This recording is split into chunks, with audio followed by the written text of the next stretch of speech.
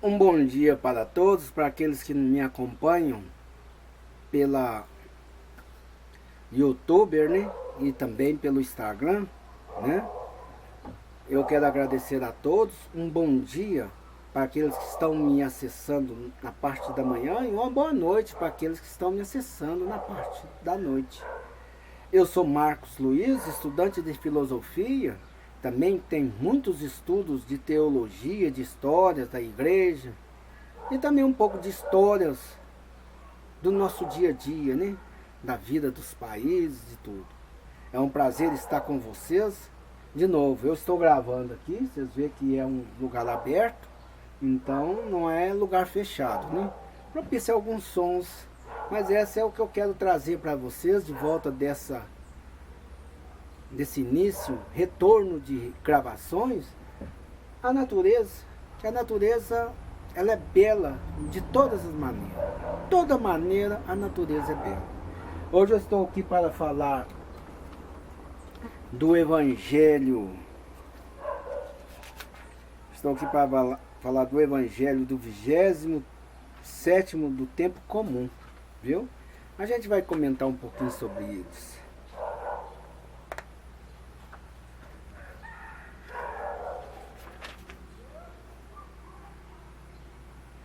O Senhor esteja conosco, Ele está no meio de nós. Proclamação do Evangelho de Jesus Cristo segundo Marcos. Glória a vós, Senhor. Alguém talvez não saiba, mas muitas vezes nós fazemos o sinal da cruz e ele significa: Senhor, que eu entenda. Senhor, que eu proclame. Senhor, que eu guarde. Importante, né? Entender, guardar, mas proclamar. Não podemos ficar só para nós, não. Ninguém guarda tesouro só para a pessoa. Proclamar.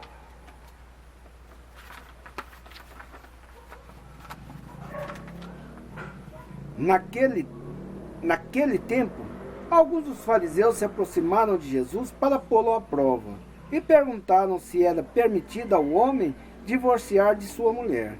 Jesus perguntou: o que Moisés vos ordenou? Os fariseus responderam: Moisés permitiu escrever uma certidão de divórcio e despedi-la. Jesus então disse: foi por causa da dureza do vosso coração que Moisés vos escreveu este mandamento. No entanto, desde o começo da criação, Deus o fez homem e mulher. Por isso, o homem deixará seu pai e sua mãe, e os dois serão uma só carne. Assim já não são dois, mas uma só carne. Portanto, o que Deus uniu, o homem não separe. Em casa, os discípulos fizeram novamente perguntas sobre o mesmo assunto. Jesus respondeu: quem se divorciar de sua mulher e casa com outra, cometerá adultério contra a primeira. E se a mulher se divorciar de seu marido e casar com outro, cometerá adultério. Depois disso, traziam crianças para Jesus a tocasse, mas os discípulos as repreendiam. Vendo isso, Jesus se aborreceu e disse: deixar vir as minhas crianças, não as proibais, porque o reino de Deus é dos que são como elas. Em verdade vos digo, quem não receber o reino de Deus como uma criança, não entrará nele. E ele abraçava as crianças e as abençoava, impondo-lhes as mãos. Palavra da salvação. Glória a vós, Senhor. Jesus põe um ponto muito aqui, não difícil, mas esclarecedor para a comunidade. Desde em Gênesis, quando Deus fez os primórdios da criação, não vou falar Adão e Eva, são nomes fictícios, viu? Mas importante em dizer que ele chamou atenção, homem e mulher. Aí são pontos fundamentais, não são fictícios, são pontos reais da nossa existência. Então, são seres humanos, mas de naturezas diferenciadas. Mulher e o homem, né? Então nós temos que compreender que para isso Deus fez para que tenha uniões e tenham povoamento da terra, sejam fecundos. Mas para isso há uma diferencial. Se querem a bênção de Deus, se querem estar em dia com Deus, pelas suas atribuições matrimoniais, relações sexuais, querem estar em dia com Deus, em paz com Deus, ele diz, é importante que se unam um com o outro a meus olhos, que se chama casamento. Não um casamento de homem pelos homens, mas um casamento, um compromisso do homem, um compromisso da mulher perante Deus. O seu sim ser verdadeiro. Então isso é importante, viu? Isso é importante. Por isso é bom que pensamos bem aquilo que queremos fazer. Aquilo, o parceiro, a parceira que nós encontramos, para depois não ficarmos arrependidos, não ficarmos acotovelados por aí, né? Ou sem saída. Por isso naquela época, os próprios judeus, os próprios hebreus pressionaram tanto Moisés que Moisés teve que retificar a lei. Como o doutor da lei era aquele que em nome de Deus escrevia a lei. Então ele teve que fazer essa lei. Mas interessante que a mulher não dispensava o homem. É o homem que dispensava a mulher. Como se diz, não me agradou, assinou uma carta de divórcio, bota para correr e vamos colocar outra dentro. E compreenderam? Entenderam agora? Então Jesus vem chamar a atenção para dizer, não é assim, todos são iguais. Se o homem saiu de casa e casou com a mulher, se tornou um só. Não é esse fato de só o homem dispensar a mulher, que é isso? Muitas vezes se dispensava a mulher porque achava que ela já estava velha, ou crescia o olho em outras mais novas, outras com melhores posses, melhores dotes. E aquela que ficou dispensada, ficava a Deus dará.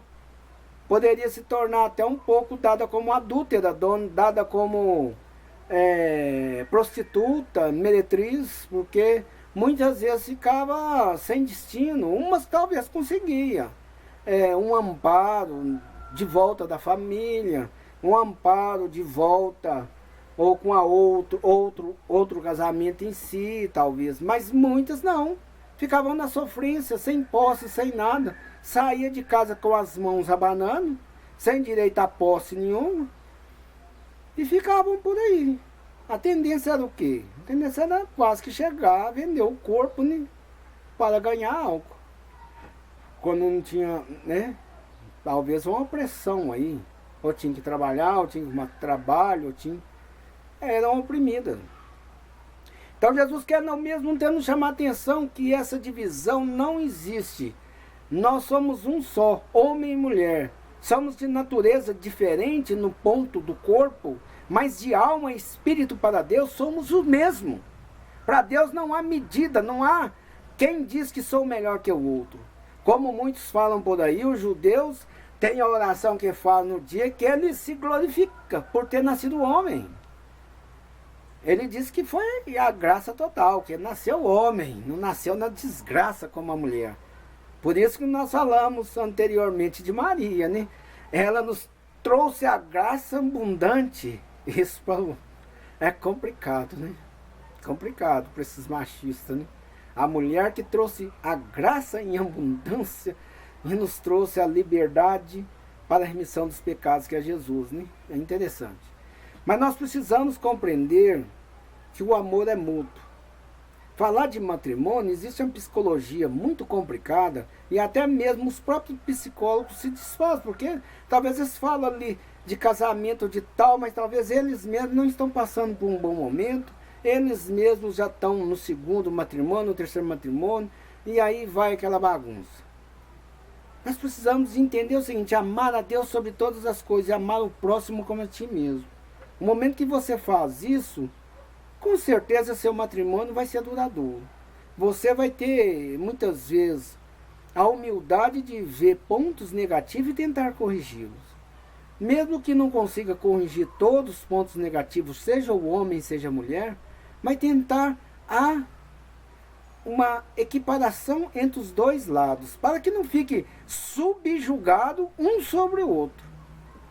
Um se subjuga sobre o outro, e aí se torna o desejo de posse, o desejo de eu posso fazer, mas você não.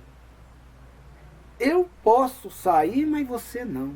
Eu posso estudar, mas você não. Eu posso trabalhar, mas você não. Eu posso fazer. Sentido de posse. Não pode. Tem que ter uma intuição boa.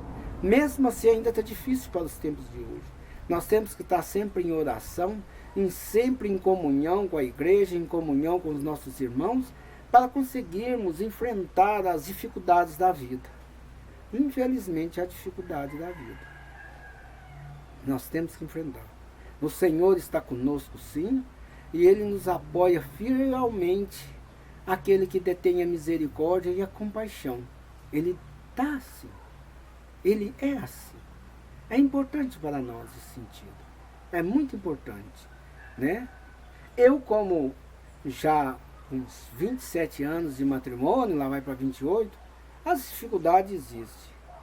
As dificuldades existem e são muitas, viu? São muitas mesmo, mas lá vamos lutando. A cada ano, a cada dia, um passo. Mas são muito difíceis, viu? Principalmente nos tempos de hoje, viu? Os tempos de hoje estão cada dia mais salgados, mais desacreditados.